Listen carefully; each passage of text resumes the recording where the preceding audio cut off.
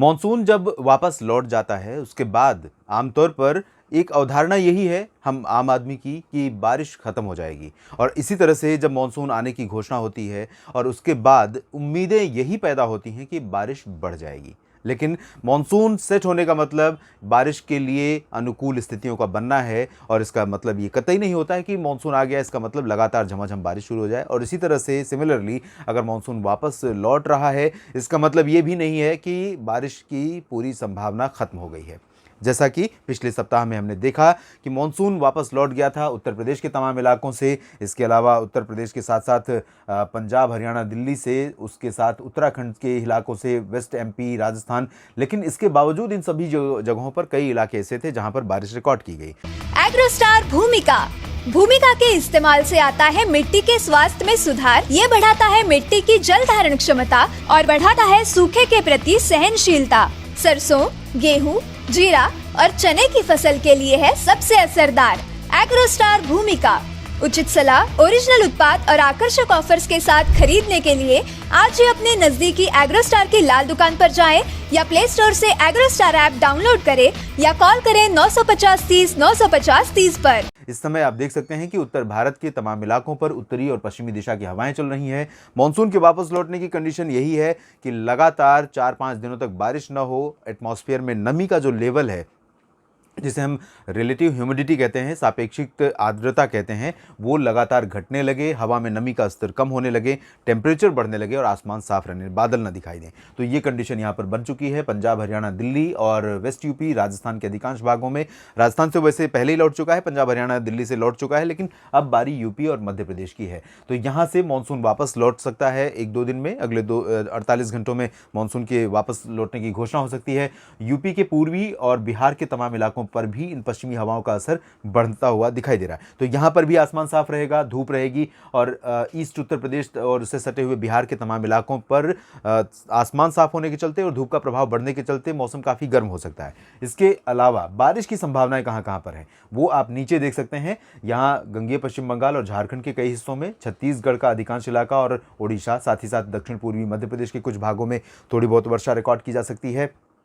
इसके साथ बारिश हो सकती है महाराष्ट्र के भागों में। महाराष्ट्र में मुंबई से लेकर, जैसा कि कल भी आपने देखा होगा नेशनल वेदर बुलेटिन में, मैंने आज के लिए अनुमान लगाया था कि मुंबई के नीचे अलीबाग से लेकर सिंधुदुर्ग के बीच में, इंक्लूडिंग रत्नागिरी, और साथ ही साथ अगर हम मध्य महाराष्ट्र की तरफ चलेंगे तो नासिक से नीचे पुणे, सांगली, सतारा, कोल्हापुर, शोलापुर और नांदेड़ से लेकर बीड, जालना और हिंगोली समेत तमाम जो मराठवाड़ा के शहर हैं, इंक्लूडिंग संभाजी नगर, तो यहाँ पर भी, और साथ ही साथ विदर्भ में नागपुर के नीचे के हिस्सों में, चंद्रपुर, गढ़चिरौली और आसपास के इलाकों में थोड़ी बहुत बारिश हो सकती है। अगर हम साउथ की तरफ चलेंगे तो यहाँ तेलंगाना, आंध्र प्रदेश और साथ ही साथ कर्नाटक के तमाम इलाकों पर और केरल के तमाम इलाकों पर आप देख सकते हैं बंगाल की खाड़ी का मॉइस्चर पहुंच रहा है और साथ ही साथ यहाँ अरबियन सी का मॉइस्चर पड़ रहा है। एक सर्कुलेशन सा यहाँ पर कर्नाटक के तटों के करीब बंगाल की खाड़ी पर दिख रहा है, लेकिन बहुत प्रभावशाली नहीं है।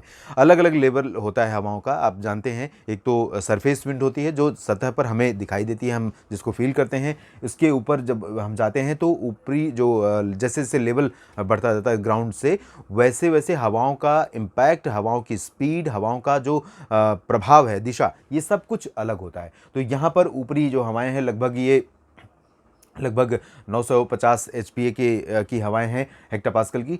तो ये हवाएं यहाँ पर कुछ असर अपना दिखाएंगी और इसकी वजह से कोंकण गोवा से लेकर गोवा और कर्नाटक के तटीय इलाकों में, साथ ही साथ केरल के तमाम शहरों में बारिश हो सकती है। इधर पूर्वी हवाओं के चलते आंध्र प्रदेश, तेलंगाना और तमिलनाडु के कई शहरों में, इंक्लूडिंग पुदुचेरी में बारिश होने की संभावना रहेंगी। यहाँ पर लक्षद्वीप में भी कई जगहों पर वर्षा हो सकती है। इसके बाद पूर्वी भारत की तरफ देखिए, यहाँ पर पश्चिम बंगाल के गंगेय क्षेत्रों के साथ साथ पूर्वोत्तर में कुछ इलाकों में वर्षा होने की संभावना है। तो ये आज की कंडीशन है। और कल क्या कंडीशन रहेगी, आइए अब ये समझते हैं। कल यानी कि 15 अक्टूबर को किस तरह का मौसम रहेगा देश में।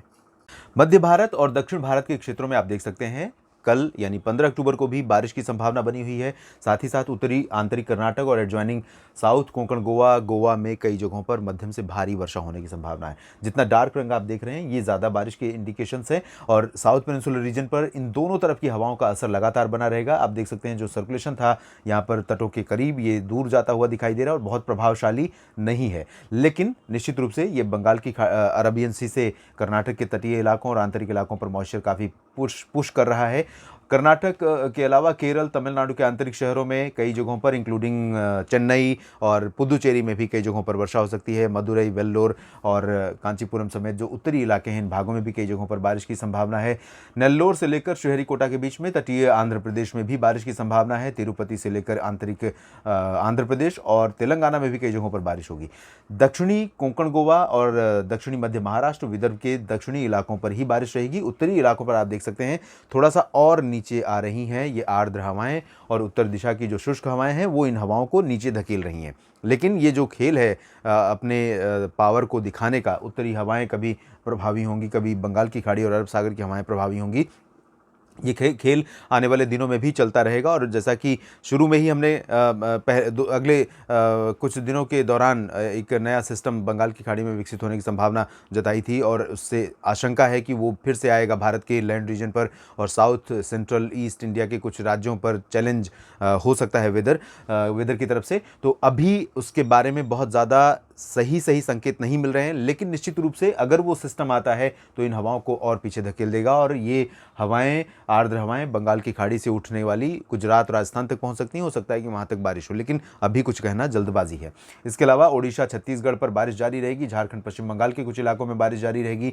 इधर पूर्वोत्तर भारत के राज्यों में बारिश की गतिविधियां बहुत कम हो जाएंगी पहले के मुकाबले, लेकिन नागालैंड, मणिपुर, मिजोरम, त्रिपुरा में कुछ स्थानों पर वर्षा हो सकती है। मेघालय और असम में भी बारिश होगी, जबकि पश्चिम बंगाल के ऊपरी इलाकों में और बिहार, उत्तरी झारखंड, साथ ही साथ उत्तर प्रदेश, मध्य प्रदेश के अधिकांश हिस्सों में, उत्तरी मध्य महाराष्ट्र, गोवा, गुजरात और राजस्थान, हरियाणा, पंजाब, दिल्ली, उत्तराखंड, हिमाचल प्रदेश, जम्मू कश्मीर समेत तमाम जगहों पर यहाँ पर ड्राई वेदर रहेगा। लेकिन कुछ मॉइस्चर आप देख सकते हैं यहाँ पर दिखाई दे रहा है। इस मॉइस्चर का असर यहाँ पर उत्तर भारत के पहाड़ी इलाकों पर हो सकता है। तो ये रही 15 अक्टूबर की सिचुएशन, और 16 अक्टूबर को जानेंगे कि कहाँ पर किस तरह का मौसम हमें देखने को मिल सकता है।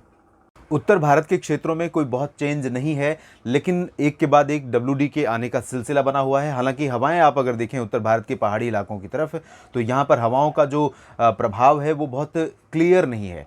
लेकिन जम्मू कश्मीर और हिमाचल प्रदेश, उत्तराखंड के बीच में कुछ इलाके ऐसे हो सकते हैं जहां पर आर्द्रता पहुंचती रहेगी, और जम्मू कश्मीर के घाटी क्षेत्र में कहीं कहीं पर हल्की वर्षा या स्नोफॉल के चांसेस रहेंगे ऊपरी इलाकों में 16 अक्टूबर को। और इसके अलावा मैदानी इलाकों की तरफ देखेंगे तो पंजाब, हरियाणा, दिल्ली, राजस्थान और इन सभी क्षेत्रों में भी हवाएं थोड़ा सा कह सकते हैं कि ढीली हो रही हैं। हवाओं का जो क्लियर डायरेक्शन था उत्तर से वो थोड़ा चेंज हो रहा है, यानी कि कुछ तो डिस्टर्बेंस यहाँ पर है, और इसके चलते, इस WD के चलते एक सर्कुलेशन बन सकता है, लेकिन अभी वो प्रभावशाली नहीं है। 20 अक्टूबर के आसपास ज़रूर एक WD रहेगा और एक यहाँ पर सर्कुलेशन होगा राजस्थान पर, जिसका असर राजस्थान और पाकिस्तान, एडजॉइनिंग पंजाब, इन भागों में दिखाई दे सकता है, और उसके चलते मैदानी इलाकों में बारिश हो सकती है। उससे पहले बारिश के संकेत मैदानी इलाकों में फिलहाल बिल्कुल नहीं है। तो राजस्थान से लेकर इधर गुजरात तक, मध्य प्रदेश के अधिकांश इलाकों और उत्तर प्रदेश तक रहेगा। दिल्ली में भी ड्राई वेदर रहेगा, आसमान साफ और धूप खिली रहेगी। हालांकि दिल्ली और NCR में अगर हवाएं धीमी पड़ी तो पोल्यूशन का लेवल काफ़ी बढ़ जाएगा, क्योंकि अब समय शुरू हो चुका है पोल्यूशन बढ़ने का।